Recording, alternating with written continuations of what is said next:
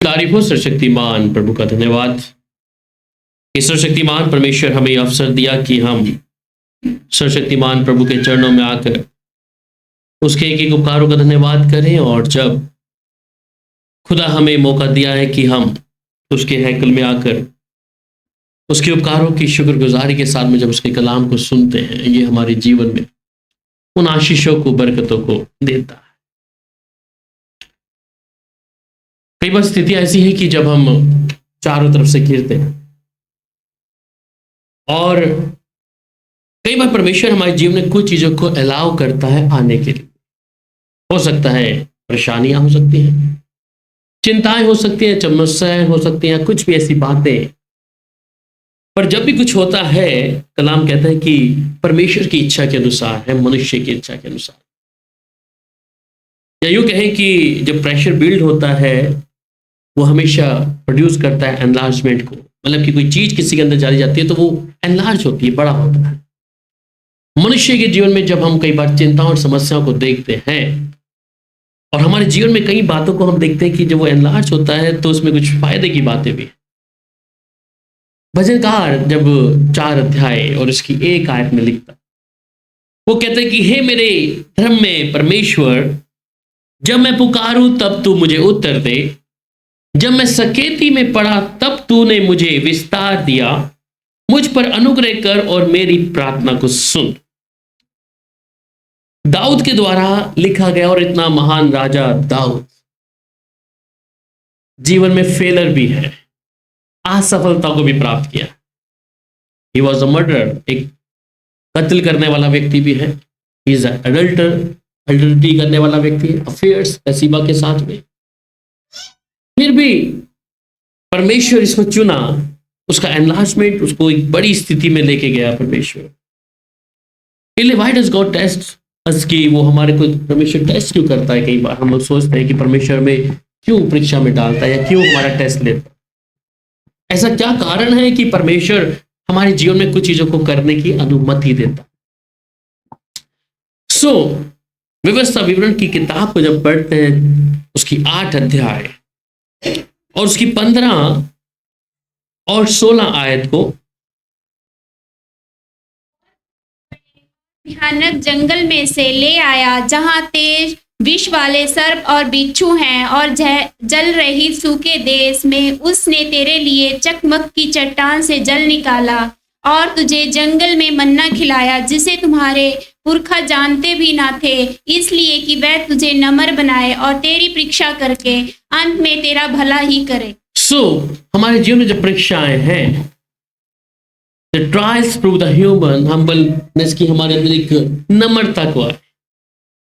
हमारे जीवन में कई बार स्थितियों को देखें कि जब हमारे जीवन में ट्रायल्स हैं, टेस्ट हैं, वो ट्रायल्स जो प्रूव करते हैं क्या, कि हम नम्र बने। यहां पर हम देखते हैं कि जब परमेश्वर उसे बड़े भयानक जंगल में से ले आया, और जहां जो तेज विष वाले सर्प और बिच्छू हैं और जल रहे सूखे देश में उसने तेरे लिए चकमक की चट्टान से जल निकाला, और तुझे जंगल में मन्ना खिलाया जिसे तुम्हारे पुरखा जानते भी ना थे, इसलिए कि वे तुझे नम्र बनाए और तेरी परीक्षा करके अंत में तेरा भला करे। तेरी परीक्षा करके, हम कई बार कहते हैं कि परमेश्वर हमारी परीक्षा ले क्यों रहा है, परमेश्वर हमारे जीवन में ऐसा क्यों है। बहुत साल हो गए प्रभु, बहुत समय हो गया कि हम इन परीक्षाओं में क्या है, अभी तक बाहर नहीं निकल पा रहे। ऐसी स्थितियों को परमेश्वर क्यों कर रहा है कि ये लोग जिन्हें परमेश्वर इस्राएली लोगों को मिस्र से जब लेके आया और यहाँ इनको मन भावन का भोजन और हर एक चीजों को खिलाया पिलाया, इसलिए कि वे तुझे क्या करे, नम्र बनाए और तेरी परीक्षा करके अंत में तेरा भला करेगा। इस बात को एक मनुष्य हमेशा जान ले कि अगर मेरे जीवन में कुछ चीज अगर हो रहा है, ये परमेश्वर की अनुमति से है। हम कई बार बोलते हैं कि फाड़ खाने वाले ने ऐसा किया है, पर परमेश्वर समटाइम वैसा होने देता है कि हम उन्हीं बातों को सीखेंगे कि परमेश्वर क्यों हमारे जीवन में ऐसा करता है। पहली बात, ट्रायल्स प्रूव ए हम्बलनेस, कि वो हमारे जीवन में वो नम्रता को लेके आता है। कई बार हमारे जीवन में नम्रता नहीं, हमारे जीवन के स्वभाव है, पर परमेश्वर का जो तरीका है जिसे समझने के लिए आज मैं और आप यहाँ पे इकट्ठा है, कि हमारे जीवन में अगर परीक्षा है तो वो परमेश्वर चाहता है कि हमें नम्र बना दे, वहां अय्यूब की किताब को जब पढ़ते हैं तो अय्यूब इस विषय में साफ तौर पे लिखता है 13 अध्याय और उसकी 15वीं आयत में। वह मुझे घात करेगा, मुझे कुछ आशा नहीं, तो भी मैं अपनी चाल चलन का पक्ष लूंगा। सो यहां पर भी साफ तौर पे कहता है वे मुझे घात करेगा, मुझे कुछ आशा नहीं, तो भी मैं अपनी चाल चलन का पक्ष लूंगा। वो मुझे घात करेगा, चाहे कुछ भी करे, परंतु मुझे कुछ आशा नहीं, तो भी मैं अपने चाल चलन का पक्ष लूंगा। अगर परमेश्वर कुछ चीजों को हमारे जीवन में, इसलिए स्वयं तो परमेश्वर परीक्षा नहीं लेता है, परंतु परखने वाले को रखा है कि वो क्या करे, मनुष्य की परीक्षा ले। और परमेश्वर इस बात से आनंदित नहीं होता कि जब आपको कोई दुख दे या कोई ऐसी निराशा में आप होते हैं जो आपके सहने से बाहर है, परंतु कई चीजों को परमेश्वर अलाउ कर रहा है कि मैं और आप अपने जीवन को, अपने चरित्र को, अपने हर एक जीवन के हिस्से को क्या करें, जांच लें कि मेरा जीवन परमेश्वर के साथ है कैसा। परमेश्वर का कलाम कहता है कि किसी के धर्मी के मरने से परमेश्वर खुश नहीं होता है। तो ऐसा परमेश्वर जो हम किसी परीक्षा में हैं या दुख में हैं, तो क्या प्रभु इससे आनंदित होगा? क्योंकि शायद इस बात के लिए हमें समझना पड़ेगा कि शायद यहाँ का जो पल भर का कलेश है वो उस बड़ी महान महिमा को लेके आएगा जो परमेश्वर के घर में है। यहाँ का कलेश तो पल भर का है, थोड़े समय का है, परंतु जो परमेश्वर के घर में जाने के लिए अगर हम गलती से नर्क में चले गए तो वहां का दुख तो और भी भयंकर है। इसलिए उस बड़े भयंकर से दुख को जो एहसान है, उसे परमेश्वर यहीं पर हमें ताड़ ना देकर हमें क्या करता है कई बार कि हम उस परीक्षा से, उस दुख से क्या बने, बच जाए। इसलिए अगर हम विश्वासी हैं तो विश्वास का जीवन जी रहे हैं तो इस बात को ध्यान दे कि अगर जो मेरे जीवन में हो रहा है या परमेश्वर कई चीजों को मेरे जीवन में कर रहा है, तो इस बात को मैंने समझ लेना है ये परमेश्वर की ओर से है। और परमेश्वर का तरीका क्या है, क्यों परमेश्वर ऐसा कर रहा है? क्या हमें बलवंत करने के लिए, हमें शक्तिशाली बनाने के लिए, सामर्थ्य बनाने के लिए? जिसके विषय में हमने पढ़ा कि जो दाऊद है वो एक अच्छा राजा है पर फेलर है, कहीं ना कहीं गिरा है। फिर भी प्रभु ने उसको आशीष देना मना नहीं किया। वो हो सकता है कि ऐसा बोल सकता है, परमेश्वर तूने अब ऐसा क्यों कर दिया है? क्योंकि मनुष्य को अपना जीवन का क्या है, खुद ही निर्णय लेने का अधिकार प्रभु ने दिया। हमारे कई बार गलतियों के कारण कि हम जब खुद स्वयं गलती करते हैं, कई बार हम उस वजह से परेशानी में, हम कई बार अपने तरीके से अपने जीवन के अनुसार चलते चलते कहीं और भटक जाते, तब अपने तरीके से ही खुद ही हम परीक्षा में। परमेश्वर अलाउ करता है कई बातों को कि हम अपने जीवन में क्या करें, परमेश्वर कि वो हमारे अंदर क्या करे, उन बातों को अलाउ करता है कि हम उस परीक्षा में आए। और ये परमेश्वर जब अलाउ करता है कि हम ट्रायल्स में आए, परीक्षा में आए, वो हमें कई बार बलवंत करती है, कई बार परमेश्वर के साथ चलने के लिए मदद करते हैं।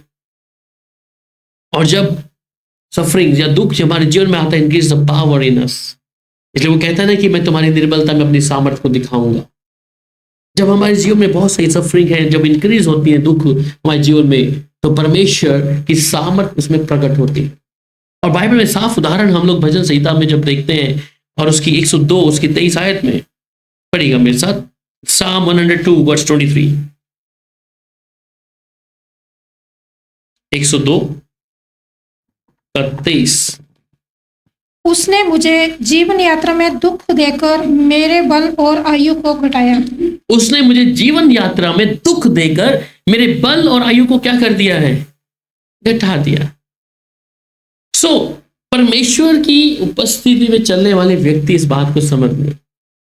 हम सोचते हैं कि शायद प्रभु ने साथ चल रहे तो अभी कोई दुख नहीं होगा, कोई परीक्षा नहीं होगी, कोई तकलीफ नहीं आएगी, सब ठीक है। पर उन चीजों के लिए, क्योंकि परमेश्वर मेरी और आपकी जो नागरिकता देना चाह रहा है वो इस संसार की नहीं है, ध्यान दें इस पर। क्योंकि मुझे और आपको परमेश्वर के राज्य में जाना है, और यहीं पे एक टेस्ट है हर व्यक्ति का। कई बार बहुत से लोग हैं, जब दुख आती है, परेशानी आती है, बीमारी आती है, चिंता आती है, समस्या आती है, उन तमाम चीजों में क्या आकर उस परमेश्वर कहते हैं ये परमेश्वर अभी तक सुन नहीं रहा, मेरा प्रभु के भवन में जाना, प्रभु से प्रार्थना करना सब व्यर्थ है। यही परमेश्वर जांच रहा है कि हम उस परिस्थिति में रहकर क्या शब्दों का उच्चारण करेंगे, हम कौन सी बात को अपने मुख में लाने के लिए तैयार बैठे हैं कि हम परमेश्वर के विरुद्ध में बोलें। और यही फाड़ खाने वाला चाहता है कि हम अपनी जुबान से बोलें। यह साफ तौर पे कहते हैं उसने मुझे जीवन यात्रा में दुख देकर मेरे बल और आयु को घटाया है, क्योंकि परमेश्वर ही करता है हर चीजों का। और दुख आ क्यों रहा है ये परमेश्वर और आप भली भांति जानते हैं। हम ये नहीं कहें कि प्रभु मेरे साथ ऐसा क्यों घट गया है, प्रभु मैं इतनी प्रार्थना कर रहा हूं, प्रभु इतना उपवास प्रार्थना, तेरी संगति, तेरे भवन में आना, हर चीज, प्रभु मेरे साथ ऐसा क्यों है। तो बाइबल में ध्यान दे, जितने भी प्रभु यीशु के चेले हैं या यीशु परमेश्वर के साथ में जितने लोग चलने वाले हैं, आपको कोई एक भी व्यक्ति ऐसा नहीं मिलेगा जिसने उस दुख और पीड़ा को ना देखा। यहां तक कि मृत्यु को भी जब देखा तो वो भी भयानक थी। ऐसा कोई भी बाइबल में आपको कोई व्यक्ति नहीं मिलेगा जिसने ये कहा हो कि मैं तो यीशु के साथ में रहूं, मेरे लिए कोई दुख नहीं है, मेरे लिए कोई परेशानी नहीं है, मेरे लिए कोई बीमारी नहीं है, मेरे लिए कोई चिंता नहीं है। पौलुस हमेशा तैयार रहता था अलग अलग जगहों पे जाके प्रचार करने के लिए। और एक जगह प्रभु ने उसके विषय में बता दिया कि तू वहां जाएगा तो तेरे लिए पहले ही दुख का कटोरा रख दिया गया। और इस बात को जब तिमुथियस और तमाम बरनबास ये लोग सुन रहे होते हैं, कहता मत जा वहां पर, तेरे लिए पहले प्रभु ने वहां पे दुख रखा है तेरे लिए। परंतु पौलुस उस बात को जानते हुए भी क्या किया है, वो गया है। उसे मालूम है कि मेरे लिए दुख तो बना ही हुआ है मेरे जीवन का। एग्जैक्ट बाइबल में बहुत सारे उदाहरण हैं जहां पे उसमें सांप के विषय में देखते हैं, पौलुस के विषय में जब वो सांप जब काटता है। बाइबल में अगर योना को देखते हैं, वहां पर उसको पानी में डाल दिया है। ऐसे बहुत यीशु के साथ चलने वाले लोगों के जीवन में दुख और परेशानियां हैं, परंतु एक व्यक्ति वापस नहीं गया है। जितने लोगों ने प्रभु के साथ चलने की कोशिश करी, ये दुख तो था ही, क्योंकि दुख मुझे मजबूत बनाता है, ये मेरी निर्बलता में मुझे नई सामर्थ देता है। इसलिए मैं कहा suffering can increase God's powers in us, कि जब दुख है तो परमेश्वर की जो सामर्थ है वो हमारे अंदर और इंक्रीज होती है, हमें नया बल और शक्ति परमेश्वर फरमाता। इसलिए उसने मुझे जीवन यात्रा में दुख दिया है। प्रभु के साथ चलना ही क्या है, दुख तो है। और यही है कि जो प्रभु के साथ में चलने वाले व्यक्तियों के जीवन में कहीं ना कहीं ऐसी चीजें बनी रहेंगी। पर आजकल हम ऐसे ऐसे प्रचारकों को ढूंढते हैं जो सिर्फ उनके कानों की खुजली मिटाते हैं और उन्हें अच्छा लगता है कि हाँ प्रभु के साथ चल रहे तो कोई परेशानी नहीं है, प्रभु के साथ चल रहे तो कोई दुख नहीं होगा। अगर दुख है तो परमेश्वर उस दुख में से निकालने का निवारण भी हमें देगा। उन परीक्षाओं में से, तकलीफों से में क्या है, परमेश्वर उच्चारण भार देगा निकलने का। पौलुस हमेशा इस बात को कहता है ये कांटा मुझे लगना जरूरी था। परमेश्वर ने हर एक व्यक्ति की खूंटी कहीं ना कहीं टांग रखी है। ध्यान दें, आप यहाँ पे बैठे हैं, आपके जीवन में भी या मेरे जीवन में भी। उसे मालूम है अगर इधर दौड़ेगा तो एक खूंटी तुम्हें ऐसे पकड़ के खींच के लाएगी प्रभु के पास, और वही चीज है आपको प्रभु के पास लेके आती है। नहीं तो आप सब बेलगाम घोड़े बन जाएंगे, अपनी इच्छा से चलेंगे, अपनी इच्छा से दौड़ेंगे। किसी के शरीर में कोई बीमारी हो सकती है, किसी की पीड़ा हो सकती है, समस्या हो सकती है, वो परमेश्वर खूंटी टांग के रखी है।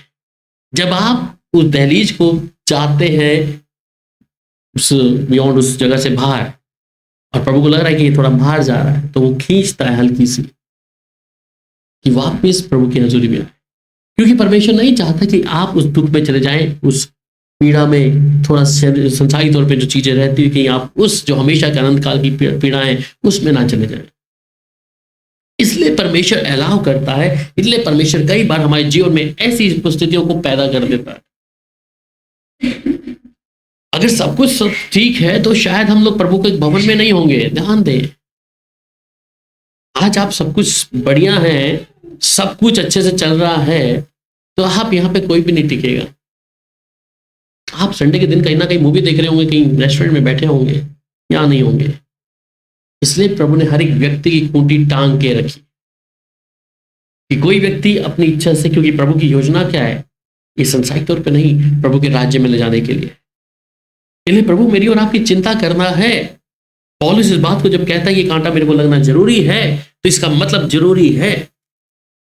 अगर वो उस कांटे को, दुख को बार बार अपनी जान की उस दर्द को ना देखे तो शायद कैसे प्रभु की हजूरी में बैठेगा, कैसे प्रभु के सामने आएगा। ये बातें हमें दुनियावी तौर पे दिख रही हैं, परंतु आत्मिक तौर पे देखें, ये मुझे परमेश्वर के करीब लेके आ रही है, ये मुझे शक्तिशाली और सामर्थ्य बना रही है।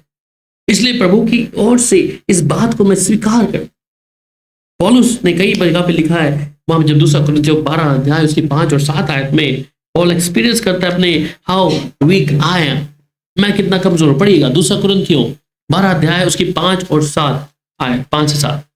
ऐसे मनुष्य पर मैं घमंड करूंगा, परंतु अपने पर अपनी निर्बलताओं को छोड़ अपने विषय में घमंड न करूंगा, क्योंकि यदि मैं घमंड करना चाहूँ तो मूर्ख न होऊंगा, क्योंकि सच बोलूंगा तो भी रुक जाता हूँ। ऐसा न हो कि जैसा कोई मुझे देखता है या मुझसे सुनता है मुझे उससे बढ़कर समझे। आमीन।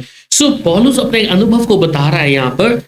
वो क्या कह रहा है कि ऐसे मनुष्य पर तो घमंड करूंगा, परंतु अपनी निर्बलताओं को छोड़ अपने विषय में घमंड ना करूंगा, क्योंकि यदि मैं घमंड करना चाहूं भी तो मूर्ख ना होऊंगा, क्योंकि सच बोलूंगा तो भी रुक जाता हूं। ऐसा ना हो कि जैसा कोई मनुष्य कोई मुझे देखता है या मुझसे सुनता है मुझे उससे बढ़कर समझे।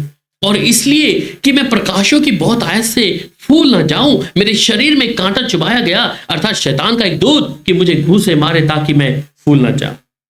सो पौलुस इस बात को भली बात ही साफ तौर पर लिख देता है, ठीक है, बिहेवियर ऑफ द प्राइड, ठीक है, डिपेंड ऑन गॉड। सो परमेश्वर कई बार इन चीजों को क्या करता है, अलाउ कर रहा है कि हमारे अंदर भी ऐसी घमंड ना आ जाए, या हमारा जो संबंध है परमेश्वर से कमजोर ना पड़ जाए। वो सिखा कर है कि मैं परमेश्वर पे हर प्रकार से डिपेंड हो जाऊं, निर्भर हो जाऊं। और रोमियो 5 तरह कहता है रिजॉइस इन ट्रायल्स। पढ़िएगा रोमियो 5 अध्याय उसकी 3 आयत और फिलिपियो 2 अध्याय उसकी 13 है। केवल यही नहीं, वरना हम क्लेशों में भी घमंड करें, ये जानकर कि क्लेश से धीरज और धीरज से खरा निकलना और खरे निकलने से आशा उत्पन्न होती है। सो रोमियो 5:13 में क्या कह रहा है, केवल यही नहीं वरन हम क्लेशों में भी घमंड करें, यही जानकर कि क्लेश से धीरज और धीरज से खरा निकलना और खरे निकलने से आशा पैदा होती है। सो उसमें ट्रायल्स में भी क्लेशों में भी क्या करूं, मैं प्रभु का धन्यवाद करूं। मैं ये नहीं प्रभु ये मेरे साथ क्या कर दिया प्रभु, मैं अभी कल उपवास प्रार्थना करी प्रभु जी, आज मेरे साथ नई परीक्षाएं मेरे सामने खड़ी हो गई है प्रभु, नई परेशानियां नया दुख मेरे लिए हर दिन खड़ा हो गया प्रभु। सो हम परमेश्वर की हर एक स्थिति में इस बात को एक मनुष्य को जानना जरूरी है कि हमारे जीवन में कुछ भी जो चीज हो रही है वो अपने आप नहीं है, वो परमेश्वर अलाउ कर रहा है। और अलाउ इसलिए कर रहा है शायद हमारे अंदर कमियां हैं, चाहे कमियां हैं या फिर हमें परमेश्वर मजबूत बनाना चाह रहा है। फिलिपियों की पत्री 2 अध्याय उसकी 13 भी पढ़ दीजिए। क्योंकि परमेश्वर ही है जिसने अपनी सुइच्छा निमित्त तुम्हारे मन में इच्छा और काम और दोनों बातों के करने का प्रभाव डाला है। सो ये 2 अध्याय उसकी 13 में क्या कह रहा है, क्योंकि परमेश्वर ही है जिसने अपनी सुइच्छा निमित्त तुम्हारे मन में इच्छा और काम दोनों बातों को करने का प्रभाव डाला। तो परमेश्वर की इच्छा के अनुसार ये हर एक चीज हमारे जीवन में हो रहा है, ये कोई बाहर से नहीं है। हम कहीं पर बोलते हैं शैतान ने ऐसा कर दिया, परंतु परमेश्वर अलाउ किया। परमेश्वर कई बार हमारे जीवन में ऐसी स्थितियों को पैदा करता है, परंतु हम क्या करते हैं, हम उधर ना देखते, हम परमेश्वर को भी नहीं देखते, हम शैतान को देखते कि शायद उसने ऐसा कर दिया। और पर हम अपने जीवन को नहीं जांच रहे कि मेरे जीवन में ये चीज हो क्यों रही है, क्यों बार बार फाड़ खाने वाले की ओर से या प्रभु की ओर से ऐसी बातें मेरे जीवन में क्यों आ रही है, या मैं प्रभु के साथ वफादार नहीं हूं, या मैं उसकी आज्ञा को नहीं मान रहा, या परमेश्वर की नजरों में मैं उसके सामने से कहीं अलग मार्ग में तो नहीं जा रहा। तो ऐसी स्थितियों में कई बार हो सकता है। इसलिए पौलुस अपने बात को कहा कि हाउ वीक आई एम, मैं कितना कमजोर हूं। इसलिए वो कमजोरी में ही परमेश्वर के सामने क्या कहता है, परमेश्वर से कहता है मेरा अनुग्रह तेरे लिए काफी है। अपनी कमजोरियों को जब वो प्रभु के सामने रखता है, प्रभु ये मेरी कमजोरी है, जिस कांटे को उसकी जांघ पे मारा, उसको कांटा जो चुभा उसकी जांघ पे, वो यही है कि निरंतर उसके दुख बना रहता था। ऐसा कोई मनुष्य नहीं कि जिसके जीवन में कोई दुख नहीं बना हो। सब एक व्यक्ति के जीवन में कुछ ना कुछ है, परंतु फिर भी क्या है, रिजॉइस इन गॉड, मैं परमेश्वर में आनंदित हूं, प्रभु तेरा धन्यवाद। परेशानियां अच्छी नहीं, दुख है सामने, फिर भी प्रभु में आनंदित है। इसलिए वो कहता है मैं तुमसे फिर कहता हूं तुम आनंदित रहो। अब ऐसा कौन सा व्यक्ति है जो कहेगा दुख में और तुम बोल रहे हो आनंद रहने के लिए मैं कैसे आनंदित रहूं। एक व्यक्ति बीमारी के तौर पे पड़ा है, बीमार है, और आपसे आनंद रहे बेटा, तुम खुश रहो, ऐसा करके आनंदित रहो। इसका दिमाग खराब हो गया है, मेरे सांस उखड़ रहे हैं और ये मेरे को बोले आनंद कर, मैं किस बात में आनंद करूं? मुश्किल है। पर अगर आप प्रभु में हैं, आप इस बात को जानते हैं कि सर्वशक्तिमान परमेश्वर की इच्छा से मेरे जीवन में हो रहा है, तो वो परमेश्वर मेरे इस दुख को मेरे सहने से ज्यादा बढ़कर देगा नहीं। अगर उसकी ओर से है तो वो मुझे इस दुख में से बाहर भी निकालेगा, क्योंकि वो हमेशा के लिए बना नहीं रहेगा। जब परिस्थितियां आपको सिखा देंगी, जो कमियां घटियां आपके अंदर वो सिखा देंगी, वो दुख भी आपके जीवन से उसी समय बाहर चला जाएगा। परंतु अगर वो समझ नहीं पाए आप सही समय पे, वो दुख निरंतर बना रहेगा, वो परेशानियां बनी रहेंगी। परंतु जब अपनी कमियों को, अपनी घटियों को आप देख लेंगे, जो परमेश्वर समझाना चाह रहा है और आप समझ रहे हैं, तो प्रभु से बाहर कर देगा। अगली बात में कहता है परमेश्वर कि कलेश चुने हुए को बुलाए हुए से अलग भी करता है। और बाइबल में जब यशायाह की किताब 48 अध्याय, यशायाह नबी की किताब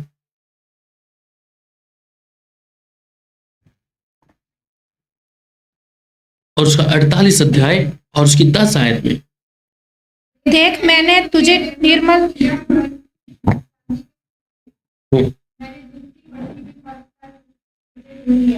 तो कलेश चुने हुए को बुलाए हुए से अलग करता है। अगर जीवन में कलेश आपके हैं, तो कहने का मतलब चुने हुए को बुलाए हुए में से भी अलग करेगा परमेश्वर। ये कलेश आपके लिए अच्छा है, इसलिए वो कहता है देख मैंने तुझे निर्मल तो किया, परंतु चांदी के नहीं समान नहीं, मैंने दुख की भट्टी में परख कर तुझे चुन लिया है। तो अगर दुख मेरे जीवन में बन रहा है, तो परमेश्वर ने कहा कि मैंने दुख की भट्टी में परख कर तुझको क्या कर लिया है? चुन लिया है। और परीक्षा हमेशा उसी की है जो विश्वास में है। अगर आप विश्वास में नहीं, तो परीक्षा भी आपकी नहीं है। परमेश्वर आपके और मेरे विषय में जानते हैं कि हम कितना सह सकते हैं, कितना नहीं सह सकते, कितना हम प्रभु के साथ चल रहे हैं, कितना नहीं चल रहे। इसलिए वो दुख की भट्टी में परख कर हमें चुन रहा है। पर इस बात को ध्यान देना है कि हम ये सोच के ना देखें कि शायद मेरी धार्मिकता है। जरूरी नहीं, आपका गुनाह भी हो सकता है। तो पहलू है। अगर आप सोचें कि मैं धार्मिकता हूं, धर्मी हूं, इसलिए शायद मेरी परीक्षा हो रही है, इसलिए जरूरी नहीं है। परंतु दूसरा पहलू भी ध्यान रखें, कहीं जीवन के द्वारा परमेश्वर के वचन को नहीं तोड़ा गया, परमेश्वर की आज्ञा को तो नहीं तोड़ा गया। ये कारण भी हो सकता है। दो कारण को जरूर जांचें। दूसरा मत्ती की इंजील उसके 20 अध्याय उसके 16 में फिर क्या कह रहा है? मत्ती की इंजील 20 अध्याय और उसकी 16 है। वे पहले होंगे और जो पहले हैं वो पिछले होंगे। सो इसी रीति से जो पिछले हैं वो पहले होंगे और जो पहले हैं वो पीछे हो लेंगे। अगर हम प्रभु के साथ चल रहे हैं, इसलिए मेरे जीवन को भी जांचने की आवश्यकता है। मैं हर दिन जांचूं मैं कहां पर था और अब किधर हूं।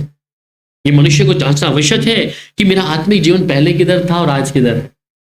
इसलिए परमेश्वर परखता है, उन कलेशों में से चुनता है कि अलग करे, कि मैं और आप उस परमेश्वर के मुताबिक मेरे जीवन का एक एक पहलू ढल जाए। अगर दुख की पीड़ा या समस्या मेरे जीवन में आई है, तो मैं इस बात को जान लूं। ये मेरा जानना भी आवश्यक जरूरी है। ये सोच के नहीं कि अगर परीक्षा आ गई तो प्रभु शायद मेरे लिए कोई अच्छी चीज वो कर रहा है, जरूरी नहीं है। यह आपको जांचना पड़ेगा कि अगर दुख या परेशानी मेरे जीवन में आई है, क्या कारण है कि मेरे जीवन में प्रभु इस बातों को अलाउ किया है। बाहर में हम जितने भी नबियों को या जितने चेलों को भी देखते हैं, उन्हें सबको मालूम है। योना एक अच्छा उदाहरण मेरे लिए और आपके लिए है। योना को बोला नीनवे में जाने के लिए और चला गया तर्शीश में। जब उससे वहां से पानी में, जहां पर लोगों ने कहा कि ये कोई विपत्ति इसकी वजह से आई है, तो उसने कहा ये मेरी वजह से आई है, और उसको फिर पानी में डाल दिया गया। वो जानता था कि मेरे कारण परमेश्वर का क्रोध है, वो जानता था। इसलिए अगर आपके जीवन में कोई परीक्षा या समस्या, चिंताएं हैं, आप भली भांति स्वयं जानते हैं, कोई दूसरा व्यक्ति नहीं बताएगा। अगर परिवार में, जीवन में मेरे कोई ऐसी बात हो रही है, तो हो सकता है कि वो आपके जीवन में आपके द्वारा होगी, और परमेश्वर उसके विषय में साफ तौर पे बताएगा भी आपको। उसे अपनी धार्मिकता से नहीं जोड़े कि मेरी धार्मिकता अच्छी है इसलिए प्रभु, वो अलग मैटर है।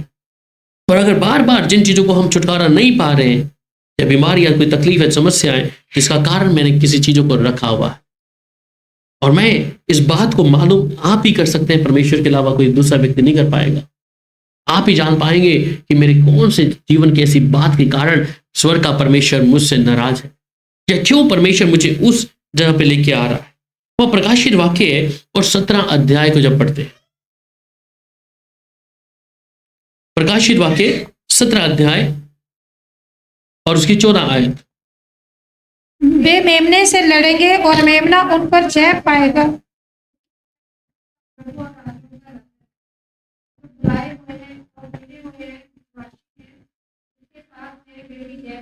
सो जो मेमने से लड़ेंगे और मेमना उन पर जय पाएगा, क्योंकि वे प्रभु का प्रभु और राजाओं का राजा है।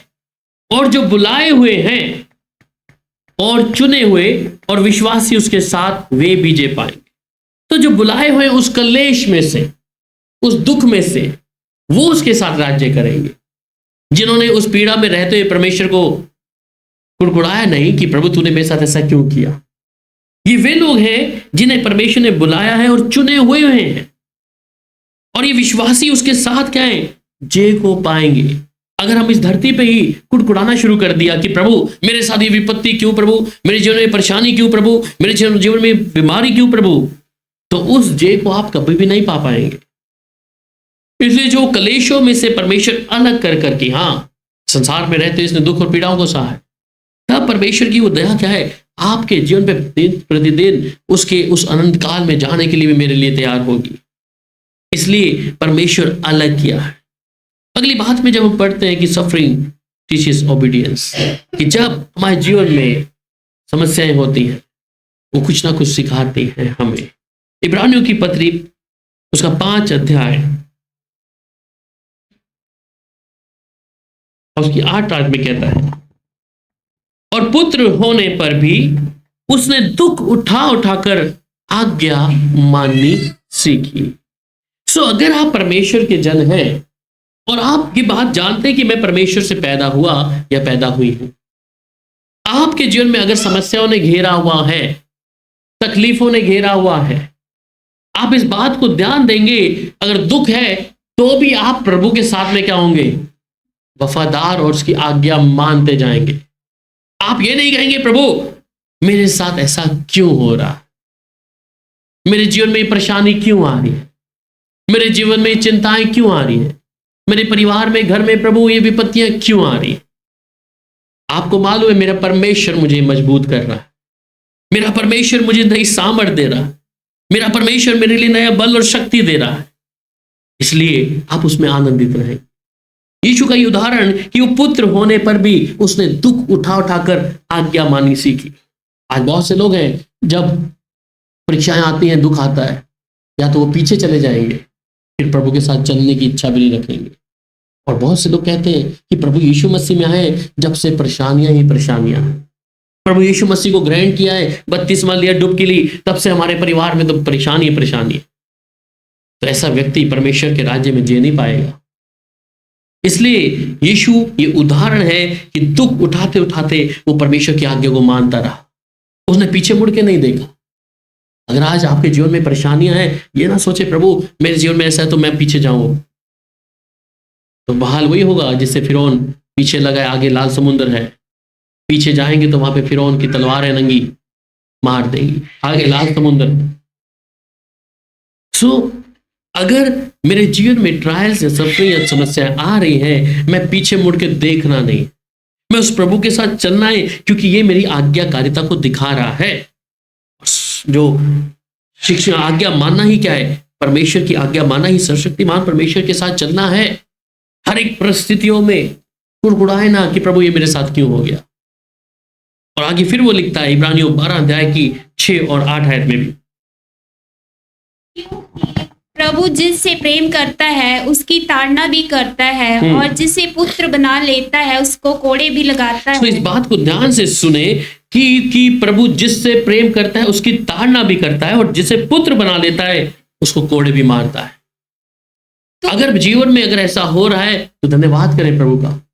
अपनी जुबान से ये ना बोले प्रभु तू क्यों कर रहा है। ठीक है, आगे, तुम दुख को ताड़ना समझकर तुम दुख को ताड़ना समझकर सह लो। परमेश्वर पुत्र जानकर परमेश्वर तुम्हें पुत्र जानकर तुम्हारे साथ बर्ताव करता तुम्हारे साथ बर्ताव करता है। वह कौन सा पुत्र वह कौन सा पुत्र है जिसकी ताड़ना पिता नहीं करता, जिसकी ताड़ना पिता नहीं करता। तुम दुख ताड़ना समझकर क्या कर लो, सह लो, बोलो मत। जब दुख आ रहा है तो चुपचाप। इसलिए मेमने का जिक्र किया है। मेमने के विषय में पता है ना, कभी उसको काटते देखा है किसने? कसाई की दुकान पे जब भी देखोगे, मेमना के जब छुरी चलती है, वो मैं कुछ नहीं करता, पता है, ये खासियत है। वो चुपचाप अपनी गर्दन कटवाता है। और बकरी या बकरा वो मैं करता रहता है। इसलिए उदाहरण है उस मेमने का कि जब उसकी गर्दन पे चलता है छुरा, वो कुछ नहीं बोलता। हमारे जीवन में भी जब कोई अगर ऐसी बात चल रही है कि परमेश्वर अगर दुख दे रहा है तो उसे ताड़ना समझकर तुम सह लो। ये बात जानकर कि प्रभु की ओर से है, शायद मेरी कोई गलती होगी, या प्रभु मेरे को कुछ समझाना चाह रहा है, प्रभु मुझे कुछ बताना चाह रहा है, शायद हो सकता है। इसलिए कहते हैं परमेश्वर तुम्हें पुत्र जानकर तुम्हारे साथ बर्ताव करता है। अगर परमेश्वर की ओर से मुझे ताड़ना मिल रही है, कोई तकलीफ मिल रही है, तो वो मेरे जीवन में ताड़ना इसलिए दिया है कि मैं उसका पुत्र हूं। इसलिए हम अपने बच्चों पे लाठी मारते हैं कभी, हमें मालूम है हमारा बच्चा है। उसी कारण अगर परमेश्वर भी इस हक को हमारे दिखाता है तो उसमें कोई बुराई करने वाली बात नहीं है, उस परमेश्वर से उलझने की बात नहीं है कि प्रभु तूने ऐसा क्यों किया, तू ऐसा क्यों करता आ रहा है प्रभु, इतने समय से, इतने लंबे समय से प्रभु मैं परेशानी में हूं, दुख में हूं। ये कहने का स्वभाव की बात मेरी और आपकी नहीं है, क्योंकि जब जब आप ऐसे कहते जाएंगे आपका टाइम पीरियड और बढ़ता जाएगा।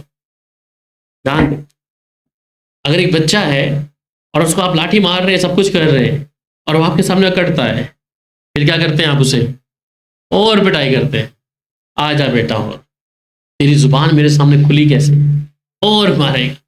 जब आप भी प्रभु की लाठी खाने के बाद ऐसे बोलते हैं, प्रभु यही क्या कर दिया तूने मुझे, ये बीमारी मेरे साथ क्यों कर दिया, फिर प्रभु एक और ताड़ना आपको देगा। ये अब ये सुधरा नहीं है, ये जुबान लड़ा रहा है मेरे आगे, मेरी कही हुई बातों को कि दुख जो परमेश्वर ने दिया है, प्रभु जिससे प्रेम करता है उसको ताड़ना करता है, ये बात ही समझा नहीं है अभी तक। इसलिए फिर आपके लिए और डंडा तैयार है और पिटाई जा रहा है।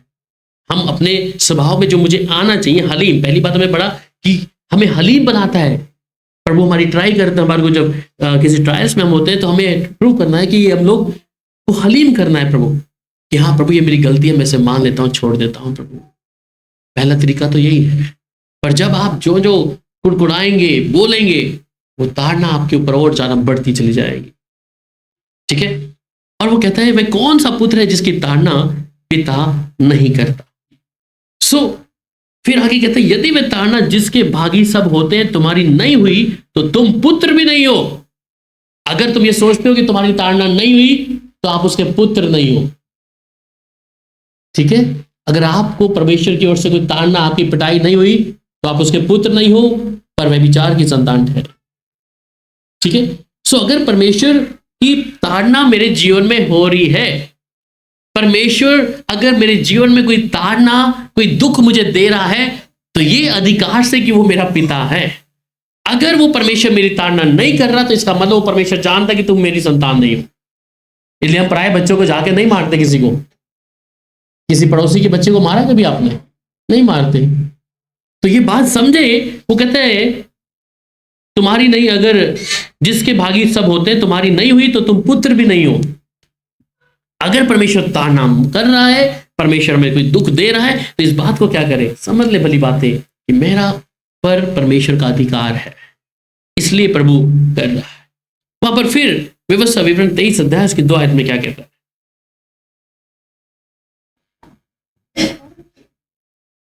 23 का 2, कोई कुकर्म से जन्मा हुआ यहोवा की सभा में ना आने पाए, किंतु इस 10 पीढ़ी तक उसके वंश का कोई यहोवा की सभा में ना आने पाए। तो कहते हैं कोई कुकर्म से जन्मा हुआ यहोवा की सभा में ना आने पाए, किंतु 10 पीढ़ी तक उसके वंश का कोई यहोवा की सभा में ना आने पाए। अगर उसकी सभा में भी अगर हमारे जीवन में कुकर्म बना है कि ऐसी बात बनी है, तो हम उसके भवन में आने के लिए भी क्या है, अलाउ नहीं है। क्यों? क्योंकि हम परमेश्वर की आज्ञा को जब नहीं मान रहे, इसलिए परमेश्वर उसके लिए मना कर दिया। इसका मतलब उसके घर में आने के लिए भी परमेश्वर का अधिकार नहीं दिया परमेश्वर ने। अगर हम कुड़कुड़ाते रहे, अगर हमारे जीवन में हमने प्रभु ताड़ना आ रही है और हम एक जगह कहते हैं नहीं मैं प्रभु के भवन में जाकर प्रभु धन्यवाद करना है, ताड़ना हो रही है, फिर भी हम प्रभु के सामने बड़बड़ी कर रहे हैं, कुड़कुड़ा रहे हैं, कहीं ना कहीं प्रभु अलाउ नहीं किया, ठीक है। तो इसलिए अगर हम प्रभु की संतान हैं, तो अगर वो हमें अंदर आने का सौभाग्य देगा, जब हम उसकी बात को सुनकर जो परमेश्वर यहोवा कहता है तब तक उसकी 10 पीढ़ी तक उसके वंश का कोई यहोवा के समा में ना आने पाए जो कुकर्म से जन्मा, जैसी बात करके जन्मा। ठीक है, अगली आयत में देखते हैं कि trial produce the presence of the maturity. याकूब की पत्री 1 अध्याय और उसकी 2 और 4 आयत को जब पढ़ेगा, याकूब 1 अध्याय उसकी 2 और 4 आयत।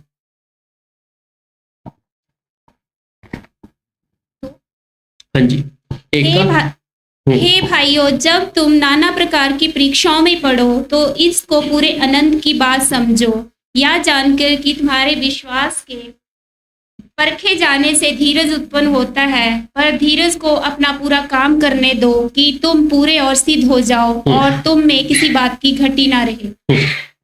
सो जब हमारे जीवन में ट्रायल्स हैं तो हमें क्या कर रहा है, वो मैच्योरिटी लेवल हमें सिद्ध बना रहा है। कई बातें हैं जब हम परीक्षाओं में से गुजरते हैं, कुछ कई बार लोग कहते हैं ना कि अगर ये ठोकर हमें नहीं लगनी थी या ये परीक्षा नहीं आनी थी तो शायद हम समझ नहीं पाते इस बात। कुछ बातों को हमारे जीवन में परमेश्वर जब अलाउ करता है कि उन बातों को हम समझ पाते, तो इसलिए कहते हैं कि हे मेरे भाइयों, जब तुम नाना प्रकार की परीक्षाओं में पढ़ो तो इसको पूरे आनंद की बात समझो, ये जानकर कि तुम्हारे विश्वास के परखे जाने से धीरज उत्पन्न होता है, और धीरज को अपना पूरा काम करने दो कि तुम पूरे सिद्ध हो जाओ और तुम में किसी बात की घटी ना हो। तो जब नाना प्रकार की परीक्षाएं या ट्रायल्स हमारे जीवन में आ रही है तो हमें प्रवक्त कर रहा है प्रभु, हमें सिद्ध कर रहा है कि हम हर परिस्थितियों में खड़े होने वाले बन सके, हर एक समस्याओं में या चिंताओं में या किसी भी प्रकार से जो परमेश्वर की ओर से है उसमें मजबूत बने रहे, सिद्धता की ओर। अगर प्रभु यीशु मसीह के बारे में देखें तो यीशु मसीह भी एक ह्यूमन है और परमेश्वर भी है।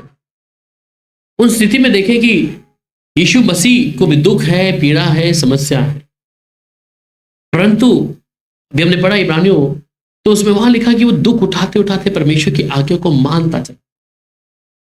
क्या आवश्यकता है कि यीशु को उस दुख को उठाना है? क्या आवश्यकता है कि यीशु को उस प्याले को पीना है जहां गसमनी के उधर जाकर वो यीशु मसीह साफ तौर पे कहते हैं कि प्रभु तू चाहे तो ये प्याला मुझसे दूर कर दे। यीशु समझते हैं हर चीजों को, परंतु उसे मालूम है ये दुख उठाकर मैं उस बड़ी महिमा को प्रकट करूंगा जो परमेश्वर की ओर से। अगर मैं और आप इस बात का ध्यान रखें कि मेरी और आपकी जो नागरिकता है परमेश्वर के घर में जाने के लिए, तो ये पल भर का कलेश मुझे परमेश्वर के घर में जाने से रोक नहीं सकता। ये पल भर का दुख जिससे मैं अपने इर्द गिर्द चारों तरफ से देखता हूं, परमेश्वर के घर में पैदा होने का सौभाग्य मुझसे छीन नहीं सकता। पर आपने उन परिस्थितियों में, उन समस्याओं में ही अपने आप को सम्मिलित कर दिया और आपका मन सब कुछ ध्यान उधर ही है, तो आप उस बड़ी दौड़ से पीछे हट जाएंगे। पौलुस कहता है कि मैं अपनी दौड़ को पूरी कर चुका हूं, इसलिए कहता है कि मैं अपनी दौड़ को पूरी कर चुका हूं, मैंने अपने विश्वास की रखवाली करी है। हम दुख में आकर, तकलीफों में आकर, कई बार हमारा विश्वास भी पता नहीं प्रभु है भी या नहीं, प्रभु सुनता भी है या नहीं, कई बार हमारे मन में ऐसे विचार आ जाते। और अगर हम प्रभु में नया जन्म पाए हैं, उद्धार पाए, हमें उस अंत समय तक आशा रहेगी। उस अंत समय तक हम आशा बनाए रखेंगे कि ये परमेश्वर ही है जो मुझे इन तमाम बातों से बाहर कर सकता है।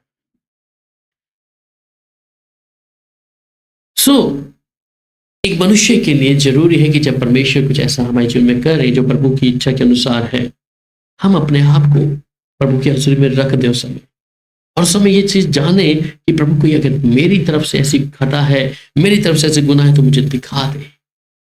और मैं जानता हूं कि परमेश्वर बताएगा।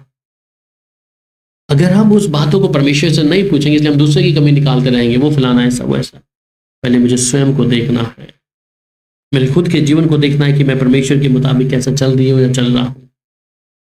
हम दूसरे व्यक्ति को देख के निर्णय ना लें, परिवार में या घर में, बच्चों में। हम अपने स्वयं को, जीवन को देखें, क्योंकि अगर आपने उद्धार पाया, क्योंकि एक पिलर अगर आप हैं परिवार में, तो आपको ही अपने आप को जांचना है। हम दूसरे व्यक्ति को नहीं जांच सकते जिसने उद्धार ही नहीं पाया, जिसने नया जन्म का अनुभव ही जिसको नहीं मालूम। अगर आप कहें कि आप विश्वास में, आपका पति विश्वास में नहीं है, और अगर बुनियाद हिल रही है, कुछ चल रहा है, आप अपने पति को या बच्चों को नहीं बोलेंगे, आप अपनी बुनियाद को देखिए पहले, क्योंकि आप उस पिलर के स्तंभ है। ठीक है। अगर हम अपने जीवन को, स्वयं को नहीं देखेंगे, तब तक आप अपने पति या अपने बच्चों को नहीं देख पाएंगे। आपको पहले अपने जीवन को देखना है कि हाँ, अगर मेरा पति विश्वास में क्यों नहीं आ रहा या मेरे जीवन में ऐसी परीक्षा आ रही है, तो मैं अपने स्वयं अपने जीवन को देखूं, मेरे अंदर ऐसी कोई कमी हो सकती है। हमें सोचते हैं मैं तो धर्मी हूँ, वचन पढ़ती हूँ, पढ़ता हूँ, बस मेरे लिए काफी है, उपवास प्रार्थना सब कुछ चल रहा है, परंतु क्यों, क्या कारण है कि अभी तक उसके जीवन में वो काम क्यों नहीं है? वचन कहता है कि तेरे विश्वास करने से तेरा घर वाले उद्धार पाएंगे, आपके जीवन के द्वारा, आपके परिवार के द्वारा। क्योंकि अगर मेरे अंदर कमियां, हम दूसरे पे कमी, हम किस में कमी ढूंढते हैं? परिवार में, बच्चों में कमी देखेंगे, पति पे कमी देखेंगे, पत्नी पे कमी देखेंगे। हम अपने आप को सोचते हैं कि हम विश्वासी हैं, हम धर्मी हैं, वचन पढ़ते हैं, तो ये मेरे लिए, मेरे को लगता है कि ये जरूरी नहीं है। क्योंकि अगर पिल्लर कमजोर है तो वो साइड की जो दीवार है वो कैसे खड़ी हो पाएंगी? हम दूसरों पे कमी निकालने से पहले हम अपने आप को नहीं जांचते। इसलिए ये ध्यान देना है जब हम प्रभु के साथ चल रहे हैं और हम कहते हैं कि हम परेशानियों में घिरे हुए हैं, तकलीफों में घिरे हुए हैं, तो एक मनुष्य के लिए क्या है, बहुत जरूरी है। और फिर अगली बात को जब पढ़ते हैं, ट्रबल टेस्ट और फेथ इन गॉड्स वर्ड, जो तकलीफें हैं वो हमें कई बार क्या है, जांचती हैं। पढ़िएगा मेरे साथ नीति वचन 30 अध्याय, नीति वचन 30 अध्याय उसकी 5 आयत।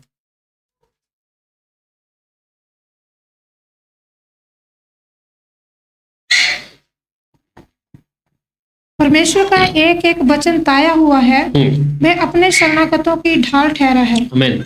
सो परमेश्वर का जो एक एक वचन क्या है, ताया हुआ। ताया हुआ मतलब प्योर, ठीक है। Every word of the God is a pure. So वह अपने शरणगतों की ढाल ठहरा है। उसका वचन ही क्या है, सब कुछ।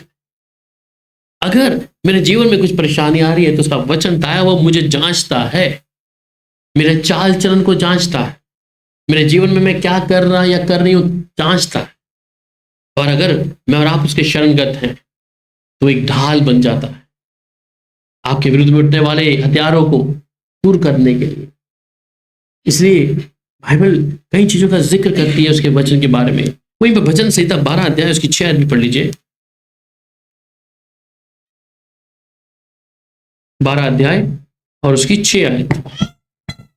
परमेश्वर का वचन पवित्र है, परमेश्वर का वचन पवित्र है, उस चांदी के समान, उस चांदी के समान जो भट्टी में मिट्टी पर ताई गई जो है, भट्टी में मिट्टी में ताई गई है और 7 बार निर्मल की गई 7 हो। बार निर्मल की गई हो।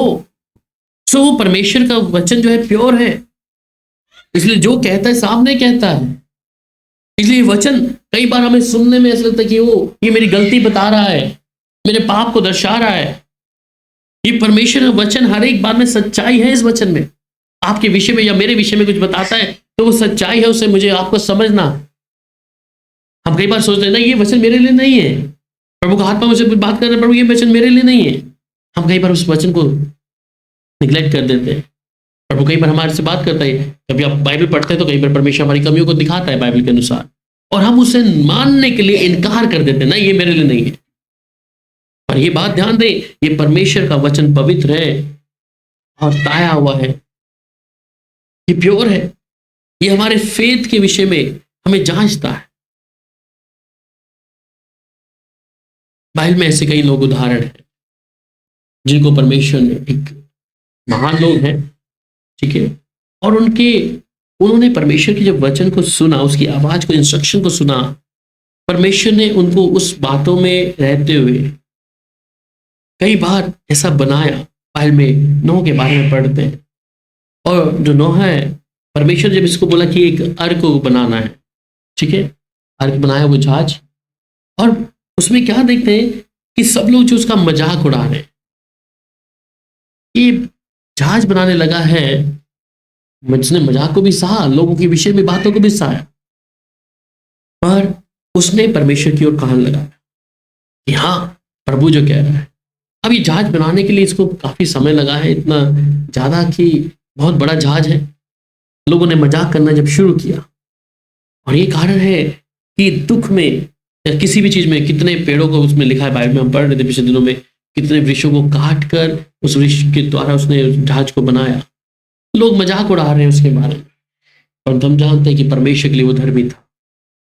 मजाक उड़ाया लोगों ने, ये तो ऐसी है। अब्राहम के विषय में बाइबल में साफ तौर पे लिखता है कि उसके बारे में लोग क्या है, कुछ ना कुछ बोलते थे, उस पर हंसती थी उसकी पत्नी भी।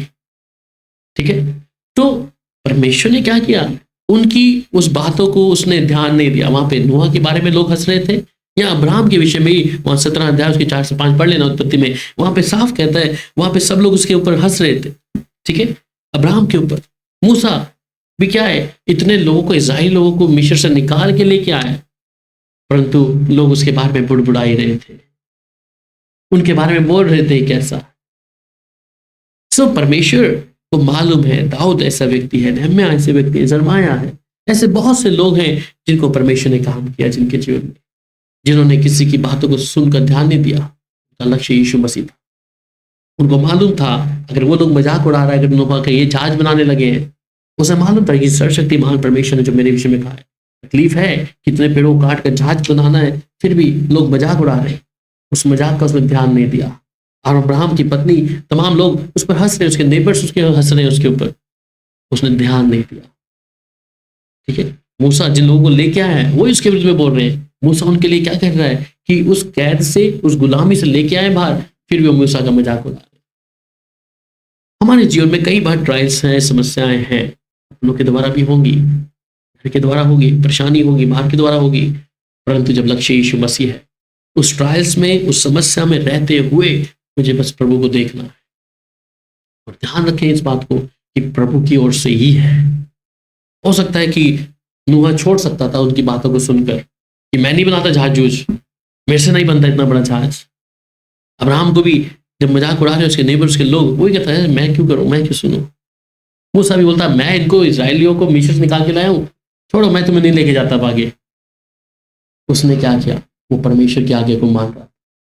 हम कई बार परिवार में भी होते हैं, कई बातों को हम सुनते हैं, परंतु मेरा और आपका लक्ष्य जब यीशु मसीह है, तो लोग बोलेंगे, आपको उनकी सुनने की आवश्यकता नहीं, आपके परिवार बोलेंगे, सुनने की आवश्यकता नहीं, क्योंकि जब यीशु लक्ष्य है तो आपको मालूम मेरा संबंध इस संसार के, धरती आकाश को बनाने वाले परमेश्वर के साथ में है। वो किसी इंसान को देखकर नहीं है, किसी मनुष्य को देखकर नहीं है। हमेशा 2 आयतें और साथ में पढ़ेंगे, 2 तीमुथियुस 2:12 और 2 तीमुथियुस 2:9। 2 तीमुथियुस 2:12। यदि हम धीरज सहते रहेंगे तो उसके साथ राज्य भी करेंगे, यदि हम उसका इनकार करेंगे तो वह भी हमारा इनकार करेगा। सो यहाँ देखें इन लोगों के विषय में जिनके बारे में नोहा, अब्राहम और मूसा के बारे में, डेविड के बारे में, नहम्याह, जरमाया के बारे में बताया। और ये आयत क्या कह रही है, यदि हम धीरज सहते रहेंगे तो उसके साथ राज्य भी करेंगे। अगर आज किसी परेशानी में आप हैं, अगर नोहा जहाज नहीं बनाता, अब्राहम अपने घर को नहीं छोड़ता, मूसा अगर इजिप्ट से इस्राएल लोगों को नहीं लेके आता धीरज ना रखने के कारण, तो क्या उनके नामों को हम बाइबल में देखते हैं? क्या परमेश्वर के लिए अजीज होते? इसलिए क्या है कि अगर आज आप किसी परेशानी में आप धीरज सहते रहेंगे तो उसके साथ राज्य भी करेंगे। अगर आपने सोचा यही कि मेरा तो धरती तक ही है सारा काम धाम, मेरी पत्नी, मेरा बच्चा, मेरा पति पत्नी, बस यहीं रहोगे, आप परमेश्वर के राज्य में नहीं जाओगे कभी। अगर परमेश्वर के राज्य के जाने के लिए तैयार है तो जो सह रहे, धन्यवाद करें प्रभु का कि प्रभु तेरा धन्यवाद, अगर ये समस्या मेरे जीवन में आई है तो शुक्रिया, ये मुझे बलवंत कर रही है प्रभु तेरे राज्य में आने के लिए प्रभु जी। तो इसके साथ तुम राज्य भी करोगे। यदि हम उसका इनकार करेंगे तो भी वह हमारा इनकार करेगा। अगर परेशानियां आ रही है जीवन में और आप कह रहे प्रभु ये मुझे नहीं चाहिए, तो प्रभु एक दिन आपका इनकार कर देगा। टेस्ट है, परीक्षा तो देनी है, उस परीक्षा से निकल के ही आपको अगले क्लास में जाना है।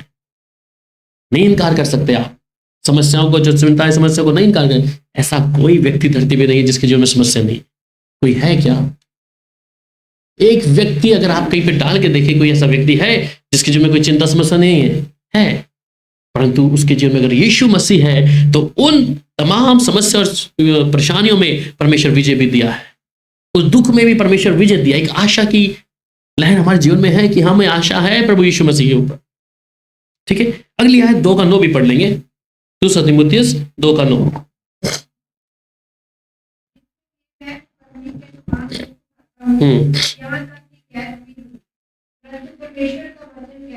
आमीन। सो कहता है जिसके लिए मैं कुकर्मी के समान दुख उठाता हूं, मतलब कि ये कुकर्मी है नहीं, लादा गया है इसके ऊपर।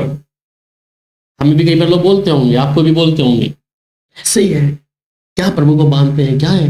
ये कह रहा है जिसके लिए मैं कुकर्मी के समान दुख उठा रहा हूं, मेरी गलती नहीं है, फिर भी मैं दुख उठा रहा हूं, यहां तक कि मैं कैद भी हूं, परंतु परमेश्वर का वचन कैद नहीं है। हमारे जीवन में कई परिस्थितियां देखिए जिसकी हमने गलती नहीं करी है तो भी हमें कई बार भुगतना पड़ रहा है, परंतु पौलुस इस बात को जानता है, फिर भी कहता है परमेश्वर का वचन कैद में नहीं है।